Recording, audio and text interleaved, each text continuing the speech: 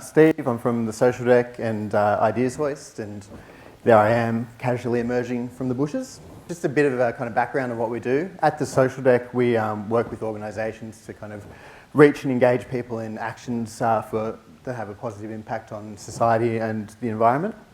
We're a B Corp, which is a social business, profit for purpose. At Ideas Hoist is an online publication, and we interview Australians making ideas happen. So we interview a lot of change makers, entrepreneurs, tech startups. So today I just wanted to talk to you a bit about behaviour change and using behavioural insights to achieve your kind of social and business goals. If you want to change the world, more often than not, you have to change the behaviour of the people in it. Big, important problems are often seen to need big, important, and often expensive solutions. Take speeding, for example. When you want to address speeding, social issues, they're often addressed by government. And when the government wants to address speeding, as Danny said, the government's the king. So they kind of want to sit back, and they've got a lot of money and a lot of resources to throw at the problem. They'll often come up with quite an expensive solution. They'll either employ laws and regulations, or they'll employ a large-scale campaign to try and change behaviours of people around speeding. Now, the question that you have to ask about these kind of large-scale campaigns is how effective are they, and what are the metrics used to work out if they are actually changing the behaviour of the people you want to address. Often the metrics they use are awareness and money spent. They want to see how many people they can reach with their national advertising campaign, and they assume if people are aware of it, then they'll change their behaviour and won't speed anymore. They also like to say, we spent X million dollars to address this challenge. So if you have a big budget, you usually look for something to spend it on. But if you're a social entrepreneur, you don't often have a big budget, and you're looking to make small, often inexpensive changes that have a big impact on the issue that you're trying to solve. So if you look at the speeding example again, how might you solve that if you didn't have $1 million to throw at it? Here's one idea someone's come up with. Put some stickers of kids on people's wheelie bins, so when you're driving around, you're cognizant of the fact that if you're speeding in the neighbourhood, there could be kids around. It makes you really think about your actions, it makes you think about what you're doing, and it makes you think about it at the time that you're engaging in the action. If you've seen an ad on TV, you're probably not thinking about it as you drive your car around to work the next day. You see this, you're thinking about it right then. Another idea is just a really simple idea. People are happy if you don't speed, you're driving safely. Society's happy. Society's unhappy if you're breaking the law. So you've got a small budget and you're trying to come up with some more creative ways to solve the problem. So how can you do that? What are some of the tools and techniques you can use? So Behavioural Insights, it's a set of tools that uses behavioural economics, social psychology, and community-based social marketing to help you design small changes that can have a big impact. The key thing of importance here is to really define the behaviour you're looking to change. You want to be clear and specific, and you don't want to confuse the behaviour with the outcome. So in the case of putting stickers on wheelie bins, the behaviour you want to change there is people carelessly speeding in the neighbourhood just because they're not really thinking about it. You want to really target and define the behaviour you're looking to change. You want to have a look at what the barriers and benefits are to the positive behaviour and to the negative behaviour. You want to decrease the barriers to the positive behaviour and increase the benefits. And you want to increase the barriers to the negative behaviour and decrease the benefits. And this is kind of a toolkit of ways you can do that. You've got commitment, where people are committing to a certain behaviour, the positive behaviour. Social norms, and Danny mentioned before the story of the guy who kept on shooting his free throws underarm, and no one else took it up. It was a social norm. People were used to shooting free throws like this. It was kind of embarrassing and weird to go against that norm, and no one did it, even though it was more effective. And if you're the coach of a basketball team, you want people to engage in the most effective free throwing technique. So you have to have a think about how you might change that social norm in your team. If everyone on the team starts shooting underarm, maybe it becomes less embarrassing. Maybe you become known as the team that shoots underarm and has an amazing free throw percentage. Social diffusion is kind of spreading the message through the community. So back to the bin example, the more people that have stickers on their bin, the more people are thinking about speeding as an issue for their community.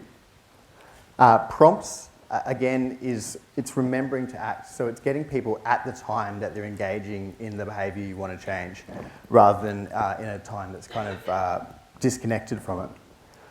Incentives, having a look at Isaac's example of the Keep Cup, getting a 50% rebate on your coffee every day, that's a great incentive to use a Keep Cup as opposed to using the paper throwaway cup. Convenience, make it as easy as possible to engage in the behaviour, and communication, use effective messages when you're trying to change your behaviour. Here's an example of a campaign we ran to try and tackle the uptake of smoking among young Aboriginal people. So we did a bit of research into this, and we found that a lot of the kind of national campaigns and the messages within that weren't really resonating. Young people don't care so much about the impact of health problems 50 years down the line, but they do care about what their peers say. So that's communication. If you've got messages coming from your peers around, I don't smoke because it will impact my health, it's not cool to smoke, that's a more effective way of communicating. We also got people to write down their commitment to not smoking. There's a lot of research that says that writing a commitment, it's got a really strong effect on your kind of cognitive processes. You write it down, and particularly if you share that publicly, and in this case they all shared on social media, it feels really weird the next time you think, oh, I might pick up a cigarette. You've shared publicly that you're against smoking. You feel like you kind of feel embarrassed to pick up a cigarette the next time it's on offer. To give you guys a few examples of some social enterprises that are using these principles really effectively. Here's one, Pollinate Energy, and these guys are a Melbourne-based social enterprise, but they work over in India, and they want to address the challenge in India's urban poor, that everyone is using kerosene-fueled cooking devices and lights in their homes, and it's got really negative effects on their health. Lots of toxins come out of them. It's quite expensive to buy kerosene all the time for these people, and it's quite a challenge for them to kind of go about their everyday life just only having light from kind of kerosene lamps. So their solution is to try and provide solar lamps and clean cooking stoves to these people. So I just thought I'd kind of throw it open to the room. What do you think some of the barriers to buying a solar light might be for someone in an Indian slum? Cost? Yep. Accessibility. They don't know where they can purchase one from. Yep. Kerosene is really common. They can get it easily. Yep. What was that? Knowledge. Yep. In terms of not knowing how it works. Yep. Any others? And Pollinate Energy has kind of addressed these issues in a really interesting way. They've established teams of what they call pollinators that are local Indian people that live in these communities, and they've provided them with a toolkit to create their own kind of sustainable social enterprise within their community that goes around and sells these lamps. So what they've done there is they've got a really great communicator. They've got someone that resonates with the community. They haven't gone in as an Australian organisation and tried to just give people lamps. They've got the community themselves sending those messages and speaking to people face to face in language and in principles that they understand about the benefits of these kinds of lamps. They've also come up with a kind of deferred financing model. So that kind of really lowers that barrier of upfront cost. It's expensive for someone to pay upfront for one of these lamps, but over the course of 6 months, it's not so expensive, and also they're increasing the benefits. You're not paying as much for kerosene, which means you can afford those small payments over time. They've also kind of used social norms and social diffusion. So if your neighbour has one of these lamps and they're saying to you, "Oh, it's great, I can now, my kids can now study at night, I can now do some more work in the evening, I'm saving this much money on kerosene every week." That's a really great way of spreading the technology in a kind of peer-to-peer communication. So I think they've got a really brilliant model for how to solve this issue, and they employ a lot of these behaviour change principles in doing so. Yumi is another Melbourne-based social enterprise, and the problem they're trying to address is food waste, and they're doing it was interesting. They started doing it from a business to consumer perspective. So they created an iPhone app that businesses could list excess food waste on. Not food waste, but food that they just weren't going to get through, and consumers could jump on it and buy it at a discounted price. They ran that for a while and then realised that model wasn't working for them. It wasn't sustainable. Not enough kind of consumers wanted to jump on it. It wasn't quite as convenient as they thought it would be for consumers to do it that way.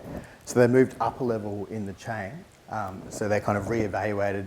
They probably did a business model canvas and reevaluated where on their, what their value proposition was and who their customer segment was.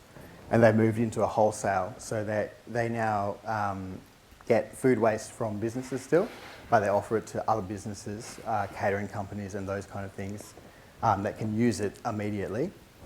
And where it's not, where someone lists on the site and it's not taken up by another business for a discounted price, it then goes to organisations like Oz Harvest and other food waste organisations that can utilise it for charitable purposes. So the kind of principles they've used there are, it's really inconvenient to dispose of food waste if you're a business, and it's a loss. Every time you're throwing away food, you're losing money. So they get people to list it on the site, and then they organise for someone to come and take it away for them. They also, by doing that, as soon as you list it on the site, they're committing to giving away that food, and it's not a big stretch after you've committed to that. No one else wants it, it goes to charity.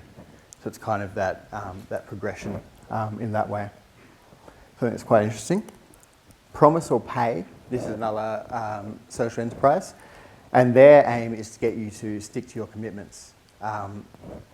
Basically, you promise to do something that you want to do, go for a run every day for a month, ride your bike to work, anything else like that. You commit to giving $50 to charity if you don't live up to your goal, and then you share that with your friends. And the aim is, you commit, you share it, and then you are more likely to stick to your promise. That's what they first kind of launched with. They looked at their model and thought, okay, how can we make it more of an incentive to actually complete your task and more of a positive incentive?